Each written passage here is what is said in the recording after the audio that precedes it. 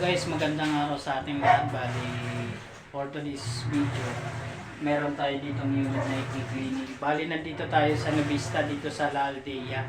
So, ito po ang unit na i-cleaning natin. Yan, smartwash.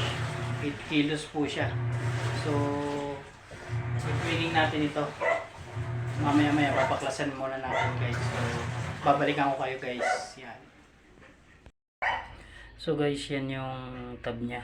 Kinalas na natin. Ito yung drum. Ito yung drum niya.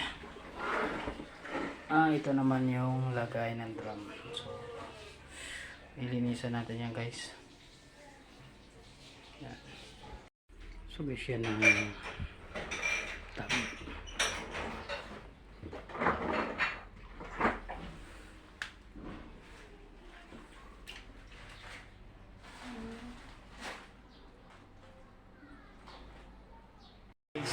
Tapos na tayo mag-cleaning, so tinitesting lang natin kung okay na yung unit, kung may nagbago ba sa ating cleaning, kung may nagbago sa function niya, kasi pagka may nagbago pwedeng nasira natin yung unit, pero kailangan talaga natin laging i-testing para makita ng ating may-ari kung mayroon ba tayo nagalaw ano.